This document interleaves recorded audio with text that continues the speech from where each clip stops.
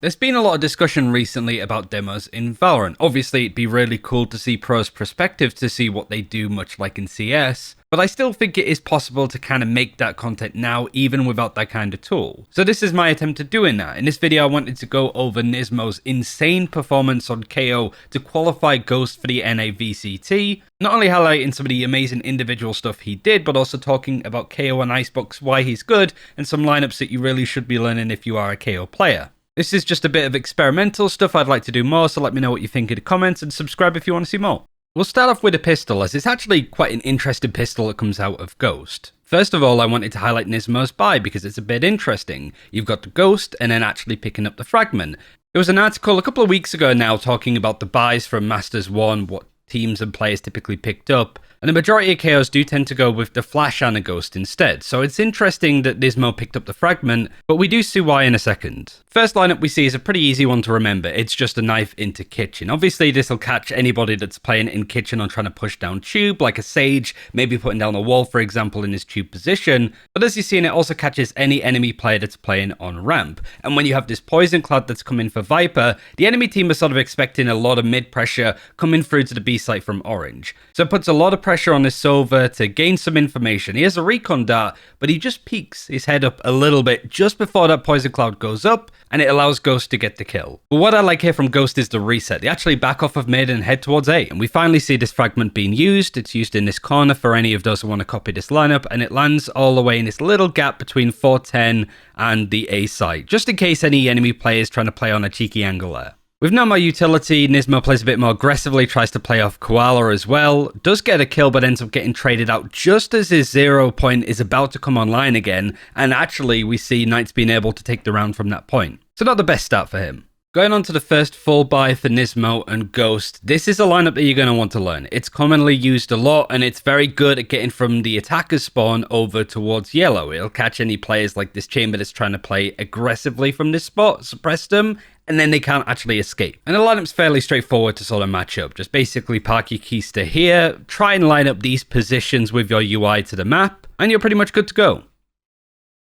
The problem with this lineup, however, is because the knife hits the top of yellow, it takes a lot of space, mind you, but the fact that it's out in the open, it allows the Knights player here, Scuba, to actually clear it with no problem, and the Chamber's still able to play in that position. There's also a Flash Recon Dart combo that actually comes in onto B main, but we'll highlight that in the next round. At this point, we could speed it up, because right now it's just Nismo holding on this angle, trying to be aggressive, jump peek and see if he can get any information, then around the sort of 43-second mark, throws out another knife after getting a kill onto Ban. The knife that he throws goes onto this corner of yellow. Fairly easy to copy and replicate in any position so long as you get it in on this corner. And the reason why you want to put it there is, unlike the last knife that we saw, it's pretty much impossible for Knights to clear it unless they're in an aggressive spot. So a Viper playing from heaven won't be able to spot it or clear it, and it's something that Knights have to respect. But whilst this is leaning towards a B execute at this point, Koala finds an opening on A and the rest of the team rotate. Nismo doesn't do anything else for the round, but Ghost get off the board.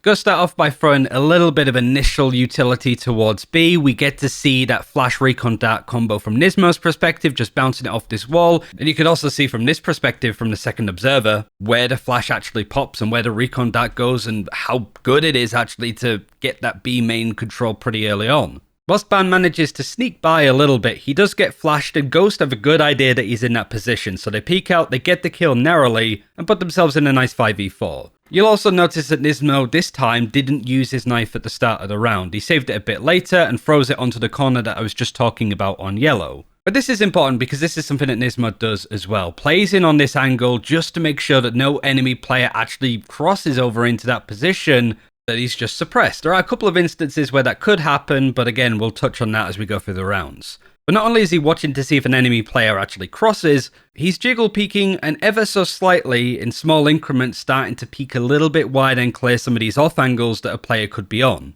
And I think if there's something to like practice and take into your own games, it's just the way that Nismo's doing that.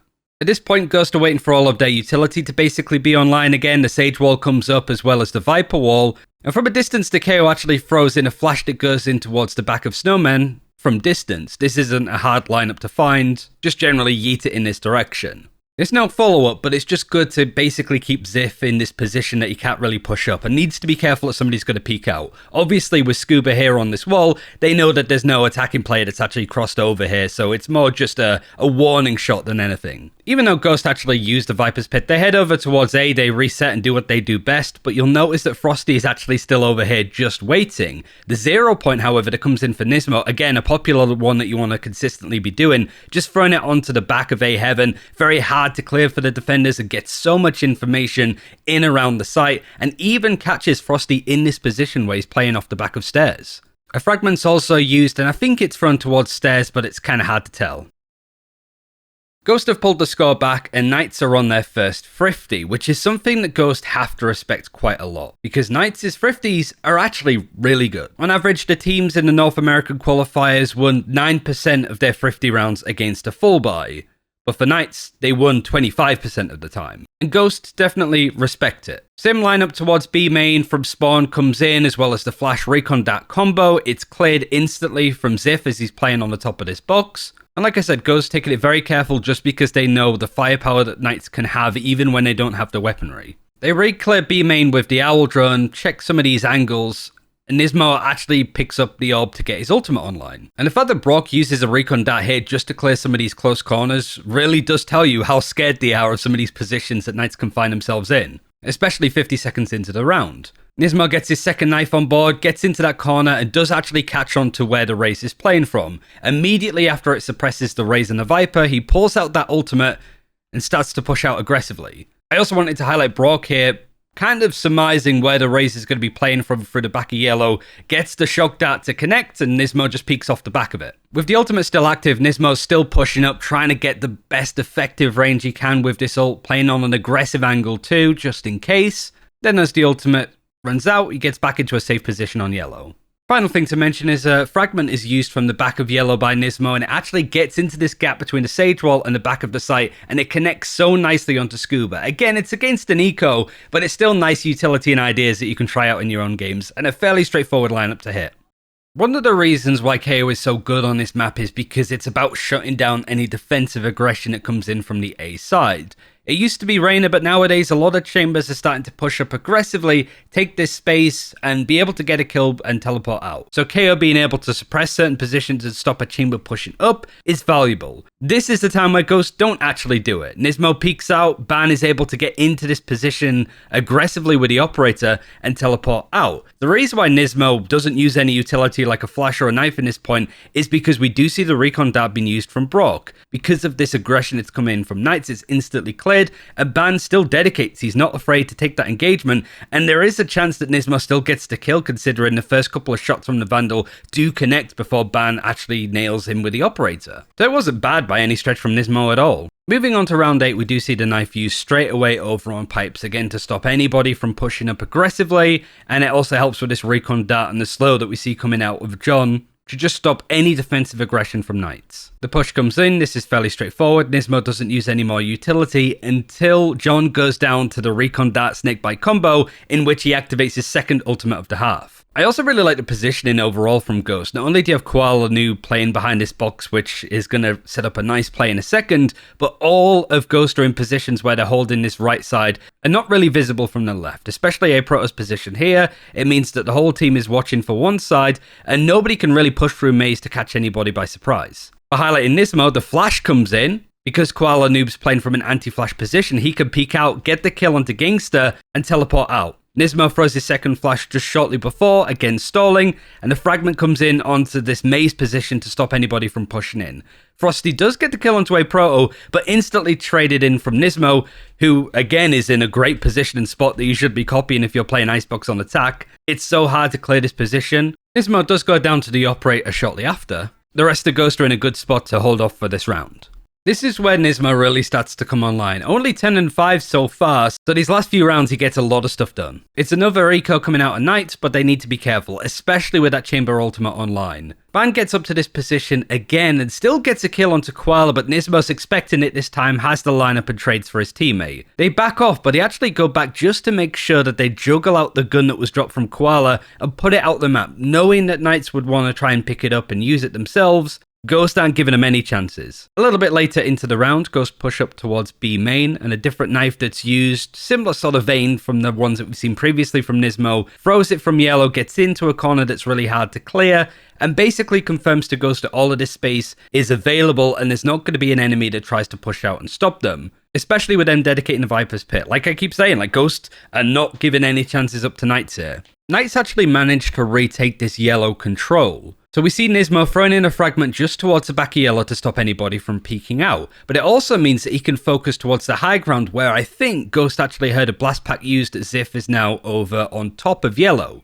So this fragment allows Nismo that just chance to keep a look up towards the sky and isolate the angles that he's taking fights from, that he doesn't have to face people pushing from the back of yellow and also a raise that's happened to be on the top. He picks his fights carefully and that's why he wins so many of them. But he's not done there. Fragment has stalled the enemies trying to push behind yellow, so he actually pushes up, flashes, and is able to get two. He sees the final player, right-clicks, and actually just jumps back into the Viper's Pit and lets his teammate flank around to get that kill. He could have aced there, and he was just happy to get the assist. Start the round as the same initial utility towards A, this time with the knife over towards pipes. But Ghost immediately reset towards B. They managed to catch Ziff that's pushed up quite aggressively. And Nismo, as per usual, knifes over towards yellow and puts himself on this angle to see if anybody's crossing. And you see what I mean, like Ban just on this off angle could catch a lot of people by surprise, and that's the whole point of a chamber, right? So Nismo just being careful with holding these angles and making sure that nobody crosses him. The recon dart that comes in here takes Nismo's attention away, and now he's not necessarily sure if any attackers actually crossed over towards that yellow position. So he uses the ultimate and actually has a nice little lineup to flash towards the back of yellow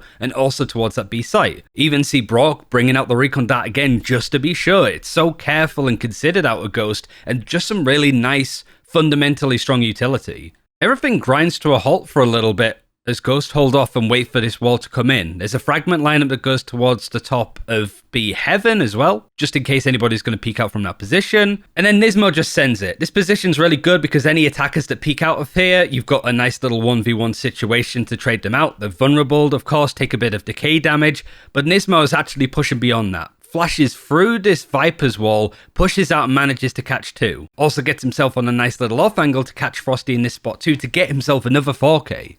Not too much happens in round 11, it's still a straightforward B plant, but I did want to talk about again this lineup for the fragment actually gets on towards the back of orange in the B site. And now round 12 of an amazing half from Nismo, he has his ultimate ready to go again. It's the same lineup that we've been seeing consistently on B main, as well as the flash recon dart combination that follows shortly afterwards. Taking the attention away here to Ghost, again highlighting how smart they are, Koala Noob has the Operator and a Vandal on this round considering the amount of money that they have available. He gets a kill onto Ban, unlocks his ultimate, uses the tour de force, and then throws the Operator off the map. Then he can run with the Vandal and the Operator, and the enemy team can't pick up the op from his corpse if he dies as well. It's straightforward stuff, but it's also smart in the moment thinking that Ghost are very cognizant of. Honestly, I'm really happy to see them qualify for VCT. Like, this team is insane. And there's just some smart stuff here. But back onto Nismo to finish, it's straightforward. He pushes up mid, doesn't use any utility to not give away his position, catches off Ziv, uses his ultimate straight afterwards to suppress anybody nearby, and the rest of Ghost clear up to make it an 8-4 half, and end up winning the map total. Like I just said, I think Ghost are a team that you want to keep an eye on. They have some really intelligent ideas and really intelligent players. Nismo is a player that I've wanted to highlight for quite some time, and it's also KAYO and Icebox. I think he's an underrated pick that hopefully you guys learned a lot about how these pros are playing him, and ultimately what utility you can use yourself and stomp on people in your unranked games with any luck. Thanks for watching. If you have any players or agents or maps that you want me to highlight next, let me know in the comments, and yeah, thanks for watching. See you soon.